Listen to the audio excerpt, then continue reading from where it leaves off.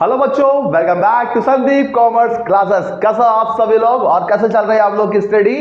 तो यहां पर हम सीख रहे हैं क्या, final account with adjustment, most important numerical questions चल रहे हैं। तो उसी सीरीज में आज हम एक और इंपॉर्टेंट न्यूमेरिकल क्वेश्चंस कर रहे हैं। तो वक्त को जाया नहीं करते हैं और बर्बाद नहीं करते हो, फटाफट सवाल को शुरू करते हैं। तो ये रहा क्वेश्चन नंबर 12 आपके सामने। क्वेश्चन नंबर है आपका 12 और उसमें लिखा हुआ है from the following trial balance. ठीक है, आपको सवाल में दिया गया है क्या, ट्रायल बैलेंस दिया गया है और यहां पर prepare the trading account, P&L account and balance sheet for the year ending 31 दिसंबर 2017 के लिए क्रिएट करना है। ट्रायल बैलेंस आपके सामने दिया गया है। ठीक है, क्लियर है। यहां तक अब हम कुछ एडजस्टमेंट है उसके ऊपर चर्चा कर लेते हैं। पहले नंबर पर एडजस्टमेंट देके रखा है क्लोजिंग स्टॉक, 4000 रुपए का क्लोजिंग स्टॉक दिया गया है। आउटस्टैंडिंग एडवर्टीजमेंट, तो फटाफट से जाइए और एडवर्टीजमेंट के ऊपर टिक लगा लीजिए। तो यहां पर एडवर्टीजमेंट के ऊपर हमने टिक लगा लिया है। उसके बाद एक create a provision for doubtful debts 4% on debtors, most important है और एग्जाम में ये एडजस्टमेंट हर सवाल में पूछा ही जाता है, बस इसी को तो करना है। आगे इन्होंने लिखा हुआ है तो डेप्टर्स के ऊपर प्रोविजन बनाना है, तो ठीक है डेप्टर्स के ऊपर टिक लगा लीजिए। उसके बाद है आपका अनअर्न्ड इंट्रेंस। अनअर्न्ड इंट्रेंस को हम एडवांस इंट्रेंस भी कहते हैं, तो इंट्रेंस के ऊपर भी आप क्या लगा लेंगे, टिक। फिलहाल यहां पर आपके सामने 4 एडजस्टमेंट दिए गए हैं और सवाल को हम शुरू करते हैं। मैंने यहां पर पहले से ही कॉलम बना के रख लिए है, ट्रेडिंग, P&L और बैलेंस शीट का फॉर्मेट बना लिया है। पहले हम बात कर लेते हैं ट्रेडिंग एंड P&L अकाउंट की। For the year ending particular amount, कुछ चीजें आपकी पहले से फिक्स्ड होती है, जैसे कि ओपनिंग स्टॉक, परचेज, सेल्स में से लेस होगा, सेल्स रिटर्न, क्लोजिंग स्टॉक। ठीक है, तो यहां तक का जो पार्ट है ऊपर वाला वो ट्रेडिंग का कहलाएगा और नीचे वाला पार्ट कहलाएगा यहां पर P&L का। अगेन बैलेंस शीट आपको दे के रखी है, तो हम यहां पर सवाल को शुरू करते हैं और एक एक चीज पढ़ते जाइए और लगातार उसको करते जाइए। मतलब यहां पर बहुत सारे बच्चों को मैंने ये देखा है करते हुए कि पहले वो ट्रेडिंग अकाउंट पूरा बनाते, उसके बाद P&L बनाते और उस सवाल को फिर वो बैलेंस शीट से भी करते। इससे क्या होता है कि एक ही सवाल को वो 3 बार पढ़ रहे हैं, टाइम बहुत ज्यादा लग रहा है और टाइम की ही तो कीमत है।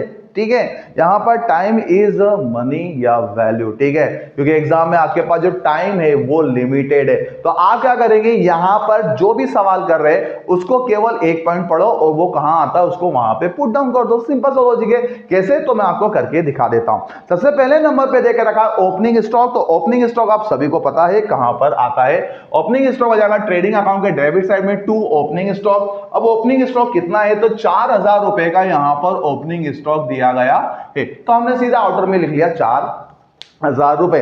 उसके बाद हम बात करते हैं परचेज यहां पर देके रखा है 8000 रुपए का। इनर में हम लिख लेंगे परचेज को 8000 रुपए ट्रेडिंग अकाउंट के डेबिट साइड में। उसके बाद देके रखा है सेल्स देके रखा है 14000 रुपए का, तो बाय साइड में लिखेंगे बाय सेल्स 14000 रुपए, 14000 रुपीज। इनर में लिखना, हो सकता है कि आगे आपको परचेज रिटर्न या सेल्स रिटर्न मिल जाए। आगे लिखा हुआ है क्रेडिटर्स। आप सभी को पता है क्रेडिटर्स होती है लायबिलिटी। क्या होती है बच्चों, क्रेडिटर्स लायबिलिटी होती है। तो क्रेडिटर्स को हमने लायबिलिटी में लिख लिया। क्रेडिटर्स कितने के हैं सर, क्रेडिटर्स यहां पर देके रखे 11000 रुपए के आपको क्रेडिटर्स अवेलेबल है। आगे हम बात कर लेते हैं, आगे क्या लिखा हुआ, आगे लिखा हुआ इन्होंने वेजेस मतलब मजदूरी। वेजेस जो होता है वो ट्रेडिंग के डेबिट साइड में आता है। तो अब क्या करना है, परचेस में से लेस होता है, आप सभी को पता है परचेस रिटर्न, तो हम जब आएगा तब देख लेंगे। उसके बाद आपको लिखना है वेजेस। फिलहाल वेजेस के ऊपर कोई भी एडजस्टमेंट नहीं दिया गया है, इसलिए आप क्या करेंगे, इसको सीधे आउटर में जाने देंगे। और वेजेस कितना है, वेजेस यहां पर 300 रुपए का वेजेस दिया गया है। आगे हम बात कर लेते हैं, आगे क्या लिखा हुआ, आगे लिखा हुआ है वेजेस के बाद है आपका कैश और दूसरा देके रखा है बैंक। कैश आपकी करंट असेट्स, ठीक है, तो आप लिख लीजिए कैश को असेट्स में और दूसरा बैंक को भी आप लिख लीजिए असेट्स में। तो क्योंकि असेट्स में आएगी आपकी कैश और आपकी बैंक। तो कैश कितना है, कैश है सर 2000 रुपए का कैश है। ठीक है, 2000 रुपए का कैश है, सीधा आउटर में जान दो। और बैंक में जो वैल्यू है वो कितनी है, तो बैंक में जो वैल्यू है 14,100, 14,100 रुपए आपको देकर रखा है बैंक में। आई होप यहां तक आपको सिंपल ही लग रहा होगा, क्योंकि फिलहाल अभी कोई एडजस्टमेंट नहीं आ रहा है, इसलिए चलिए आगे बढ़ते हैं हम। आगे लिखा हुआ है सैलरी। क्या लिखा हुआ है? सैलरी। सैलरी जो एक्सपेंसेस है वो है P&L, profit and loss account का एक्सपेंसेस होता है, इसलिए हम उसको वहां पर लिख देंगे। अब सैलरी कितनी है? तो सैलरी है यहां पर 500 रुपए सैलरी के देके रखे, ठीक है, तो हमने लिख लिया 500 रुपए। नेक्स्ट नंबर पे क्या लिखा हुआ है? नेक्स्ट नंबर पे लिखा ऑफिस एक्सपेंसेस। चूंकि ऑफिस का एक्सपेंसेस है इसलिए कहां जाएगा? P&L के डेबिट साइड में, टू ऑफिस एक्सपेंसेस। अब ऑफिस का एक्सपेंसेस कितना है तो चेक कर लेते हैं हम। यहां पर ऑफिस का एक्सपेंसेस देकर रखा है 1000 रुपए ऑफिस के एक्सपेंसेस दिए, ठीक है। यहां तो समझ में आ गया? यहां तक समझ में आ गया है तो प्लीज कमेंट बॉक्स में जरूर आप कमेंट करा करें। वीडियो आप देख लेते हो, लाइक भी नहीं करते हो, और सब्सक्राइब तो कर ही लीजिए, ठीक है, क्योंकि आपके एक सब्सक्राइब करने से, लाइक करने से मुझे काफी मोटिवेशन मिलता है, ठीक है।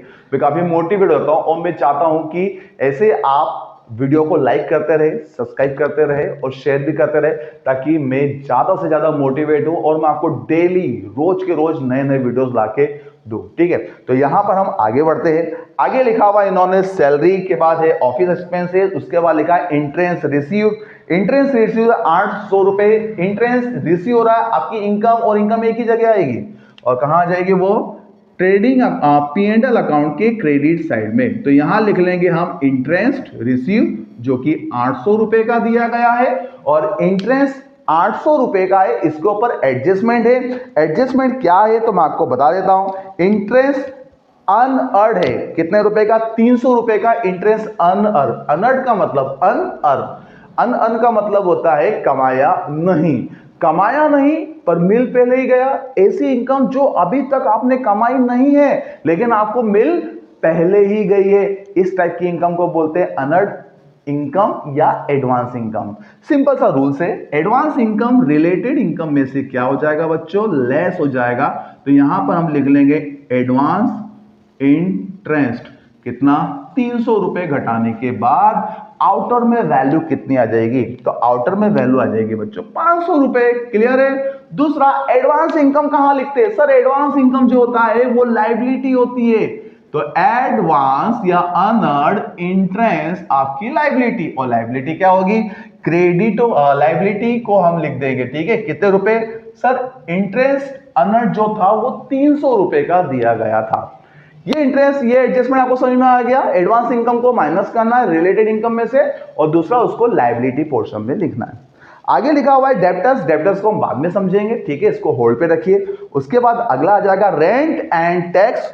रेंट एंड टैक्स ऑफिस का एक्सपेंसेस होता है, तो हमने क्या करा? रेंट एंड टैक्स को कहां लिख दिया? डेबिट साइड में लिख दिया ऑफिस के। कितना? तो रेंट एंड टैक्स की हम बात करें तो रेंट एंड टैक्स जो है वो है 400 रुपए का दिया गया है। चलिए आगे देख लेते हैं। आगे क्या लिखा हुआ है? एडवर्टीजमेंट। अच्छा, एडवर्टीजमेंट क्यों करवाते हैं? एडवर्टीजमेंट इसलिए कराते हैं ताकि आपके सेल्स ज्यादा से ज्यादा इंक्रीज हो, ठीक है। तो यहां पर सेल्स को बढ़ाने के लिए एडवर्टीजमेंट करते हैं, तो ये खर्चा सेलिंग से रिलेटेड है, और सेलिंग से रिलेटेड खर्चा कहां आ जाएगा? P&L अकाउंट के डेबिट साइड में। तो यहां लिख लेंगे हम एडवर्टीजमेंट।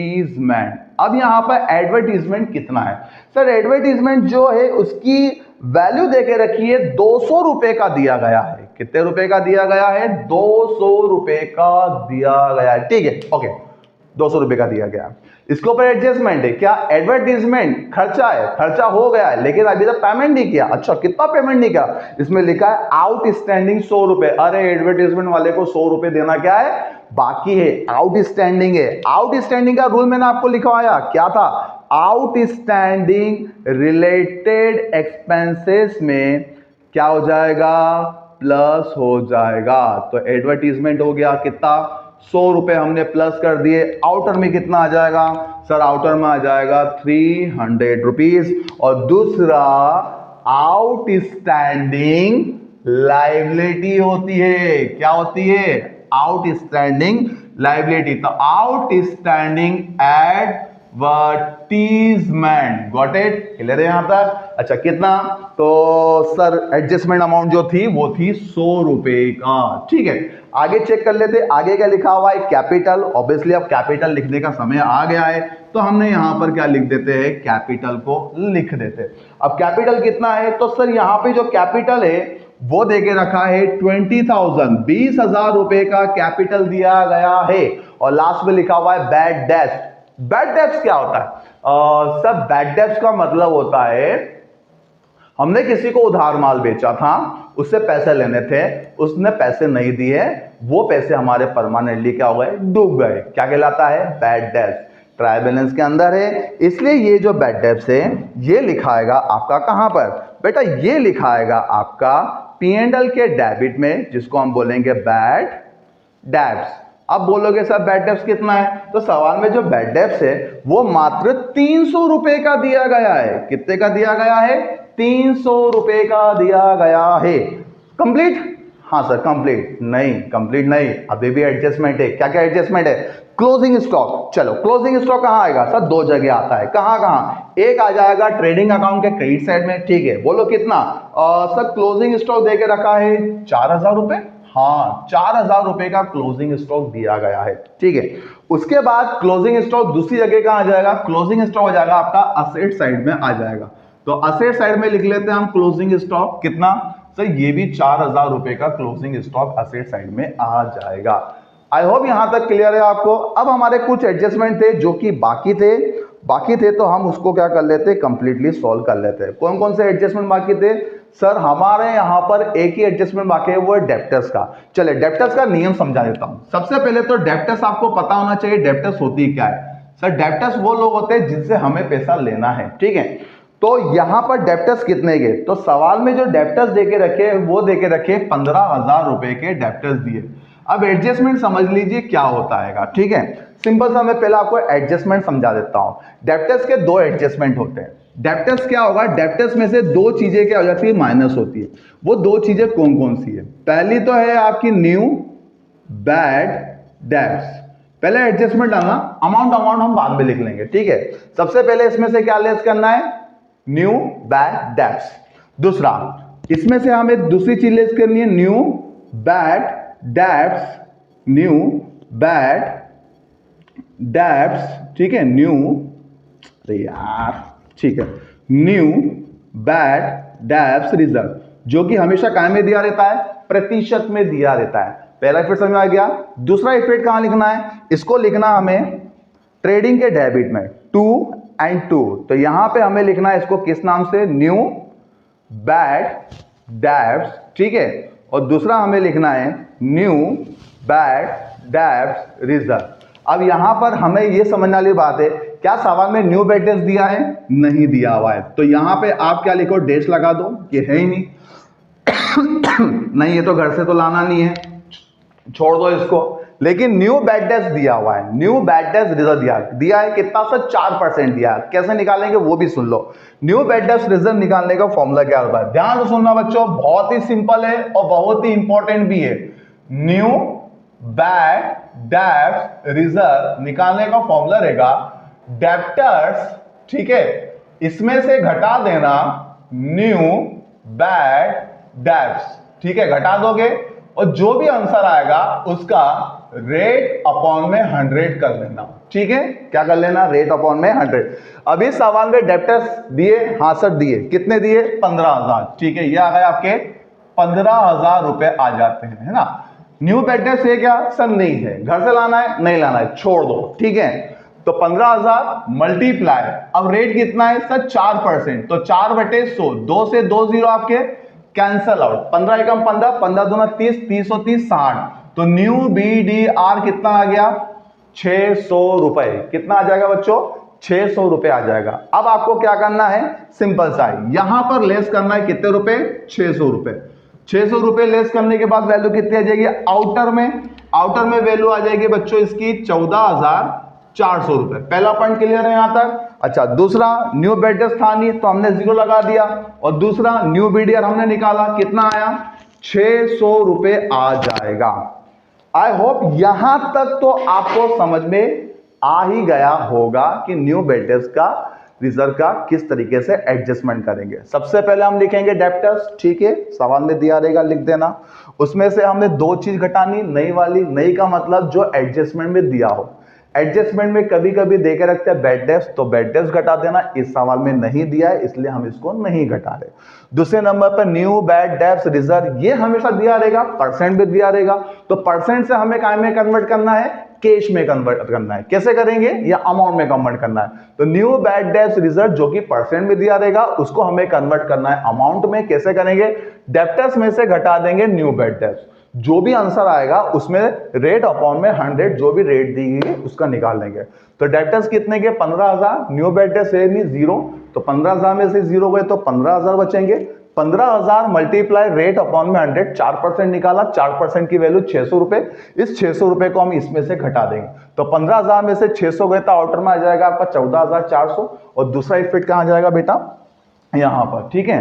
तो यहां पे आप पहले लिख लेना, न्यू बैड डेप्ट है नहीं इसलिए डैश लगा दो, या मत लिखो तो भी चल जाएगा, और माइनस न्यू बैड डेप्ट रिजर्व जो कि हमने अभी निकाला 4%, कितना आया, 600 रुपए। आई होप यहां तक तो आपको समझ में आ ही गया होगा कि अब आगे आपको करना क्या है।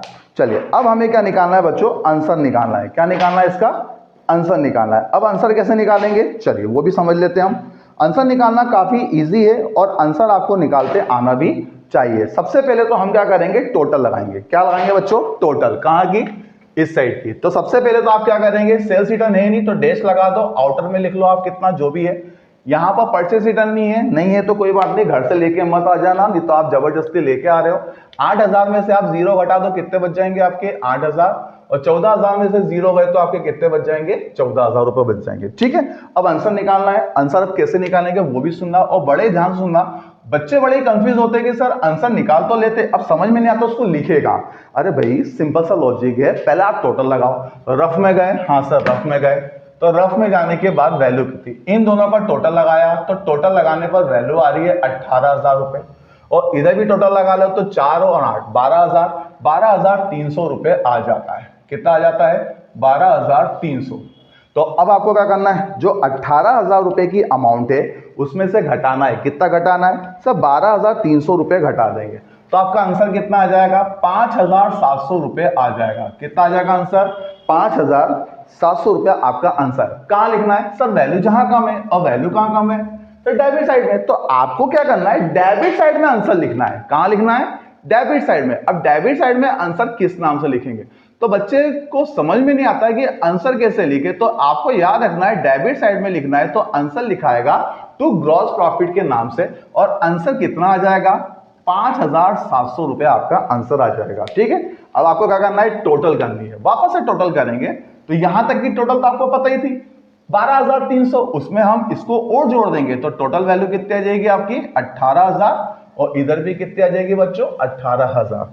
अब क्या करना है, अब आपको इस बैलेंस को ट्रांसफर करना है, ठीक है। ट्रांसफर कर लेते, इसको हमने ट्रांसफर करा तो ये आ जाएगा डेबिट का क्रेडिट में बाय, ठीक है, ग्रॉस प्रॉफिट आ जाएगा। कितना आ जाएगा, 5,700 रुपए का ग्रॉस प्रॉफिट। अगेन आंसर निकालना है। अब आपको 5,700 में 500 रुपए को क्या करना है, प्लस करना है। आपने प्लस करा तो प्लस करने पर वैल्यू कितनी आ जाएगी बच्चों, यहां पर वैल्यू आ जाएगी आपकी 6,200 रुपए की वैल्यू आ जाएगी क्रेडिट साइड की। अगेन अब आपको क्या करना है, डेबिट साइड की टोटल लगानी है। तो ये आ जाएगा 500, ये आ जाएगा आपका 1,000, ये आ जाएगा आपका 400, फिर अगेन 300, फिर अगेन 300 एंड 600। तो इस साइड की जो टोटल आ जाएगी वो आ जाएगी 3,100, और इसमें से इसको घटाएंगे तो जो बैलेंस आ जाएगा वो भी कितना आ जाएगा, 3,100 रुपए का बैलेंस आ जाएगा। ये आपका आंसर। अगेन कहां लिखना है, जहां वैल्यू कम, और वैल्यू कहां कम है सर, डेबिट साइड में। तो आप क्या करेंगे, डेबिट साइड में लिख देंगे 2, ठीक है, नेट प्रॉफिट। क्या लिख देंगे, 2 नेट प्रॉफिट अकाउंट, ठीक है। कितने रुपए आंसर आया, 3,100 रुपए आपका आंसर आ जाता है। अगेन यहां पर क्या करना, आपको टोटल लगानी है। चलिए टोटल लगा लेते।